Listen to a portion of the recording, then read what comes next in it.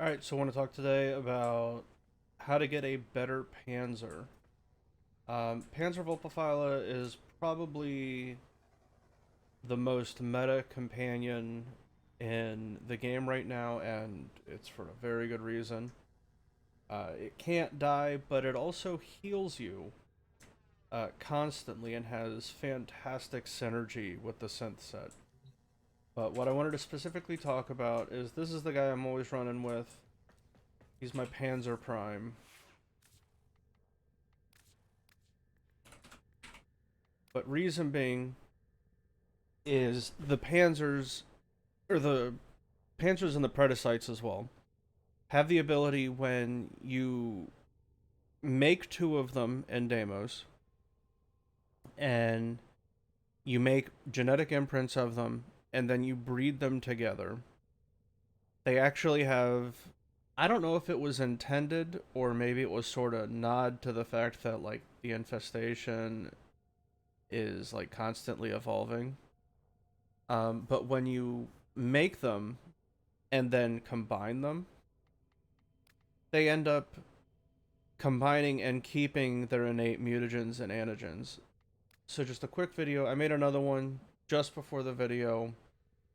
There's an error that occurs and they come out looking all black. To be honest, I'm kind of digging the look. Apparently, it's charcoal black off the smoke palette. And more importantly, food for thought when doing these is it is considered a bug. It's not game breaking, but this actually changes the energy channel of the abilities of the Panzer also. But one of the things I think you should consider when making these, this is one of those pets that is actually, or companions, that's actually worth putting some forma into, which is good because if you see, I only have one forma. The biggest bonus of these is if you look, I have one forma in it, but I have one, two, three, four, five, six, seven uh, slots or seven mod slots that look like they have a forma on it. They're polarized. Is because with each unique variant, it gets its own uh, polarized slot, and when you combine them, it keeps the polarity. So even though this has several slots that look like they've been formed, I only had to put one in, and I think it was for Animal Instinct. But the build you should be using, unless you are having trouble staying alive, if you find yourself dying a lot, then obviously use the third one. I took it off, but the build for this to make it as helpful as possible is it has to have Panzer Devolution. It's the mod that keeps it in. When it dies, it just regens. You keep Animal Instinct. Viral Quills is the other super important one. It's the one of the reasons why you take this specifically over something like the Jin. The viral spores that get spread. It's free viral stacks. But more importantly, if you run with Hunter Recovery, the damage done from these spores will heal you.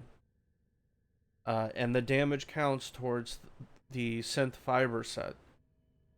So as soon as the spores spread, every enemy that you run into has like a 25% chance of dropping a health orb. So when you run equilibrium on your frame itself, this basically gets rid of the need for arcane energize almost. And the rest of it's pretty self-explanatory. It's a health and armor tank. Because of the health constantly be regened. If you have arcane grace, if you don't, that's fine. It's one of the rare arcanes from the Eidolons. But arcane grace does apply to your pet. So this is the build I've been running for a very, very, very long time now. Basically since Deimos came out, and this interaction with the resistances combining was discovered. I think it's pretty cool. I hope it was intentional. But it still works. I literally finished this pet about 5 minutes before I did the video, so uh, July 22nd, it's still in the game. I'm guessing it's intentional or they just left it. But I might start using the other one. The all black looks pretty cool. And apparently the emissive is the same. I need to gild this guy. It's just the color for it. I wasn't expecting it because it even changes the abilities colors also. So if you find the spore spread annoying, having everything colored the same way, this is a way to get rid of it, I guess. But food for thought. Just a little bit of an FYI. I found a couple of the higher MR people in my clan and alliance didn't know about that interaction with the breeding them yourself, and everybody when they wanted another one, they would just go get one from Sun. But if you make them yourself and you do the math, so you would start out with Zeramin, Poxy, then you would make one for Adra, Desis, Fiajar, Virox, and then Elsa plugin, and then you would combine and just go down the list. So you would do the first one and then the second one, make a new Panzer, and then you would make the third one and the fourth one, make a new Panzer, and then you would combine the imprints of those two. So it's going to take a total of what? 1, 2, 3, 4, 5, 6, 7 Panzers to get to this combination. And if you want to try to skip, you can combine the Panzer with another race, I'm pretty sure. And RNG, which race it'll come out of, is what I've been told. But that's more bro science. But either way, the offspring of that one, regardless, I know will come out with the combined element resistances also. And the resistances I know uh, are additive to each other.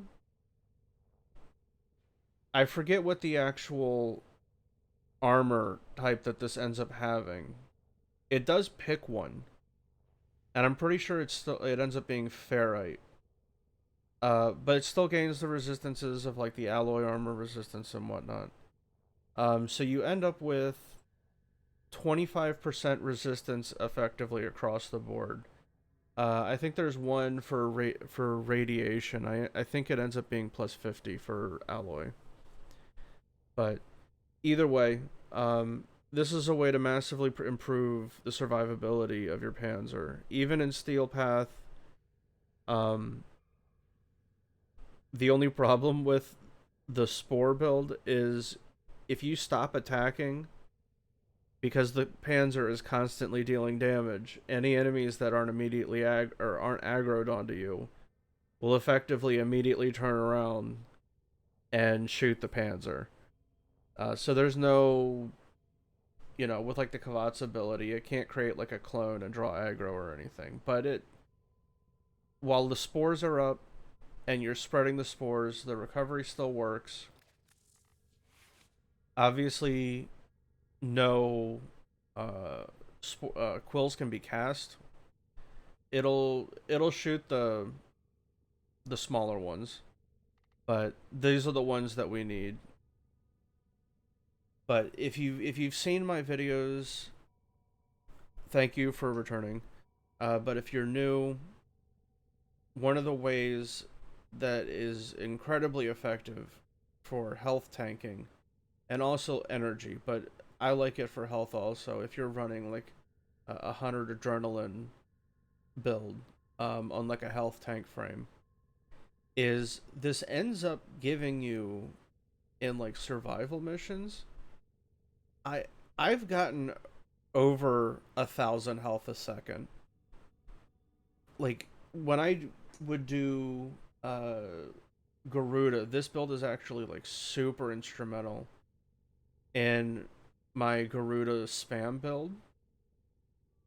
And it was really good when they changed her passive to the new one. because the health regen was so high, I couldn't obviously get her old passive to work. But now that it's based on kill, it's just a free multiplier. But I would run the Breach Surge build, and I am spamming non-stop. And obviously, I don't need health recovery, but this is more for allies, and the health recovery does help. But I could take this off. And Eruption is just for a little bit of CC, and this does help with Nullifier Bubbles. But it's super instrumental in this build working, why I'm able to run so much range. And you shield gate constantly. So for something like this, I couldn't see doing it without the Panzer, but the rest of the time, it's just an amazing quality of life. But that's my 2 cents on it.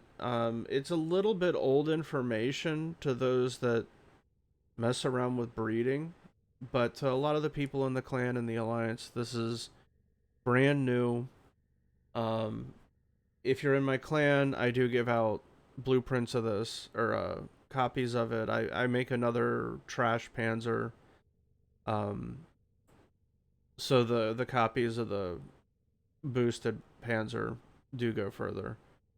But yeah, food for thought. But that's the process of making it. It is a little time consuming. Obviously, 7 Panzers is going to take a week to make, not including the copies and having to farm them. I spent a lot of time hunting down Kavats, getting scans, and even ended up re-rolling my Heliocore Rivet to speed it up. But once it's done, it's done. It'll be, what, 70, 140 Kavat genetic codes. So it's definitely worth the grind, though, having a pet that's so much stronger. Me personally. But anyway, thank you for watching my video. Have a blessed day, guys.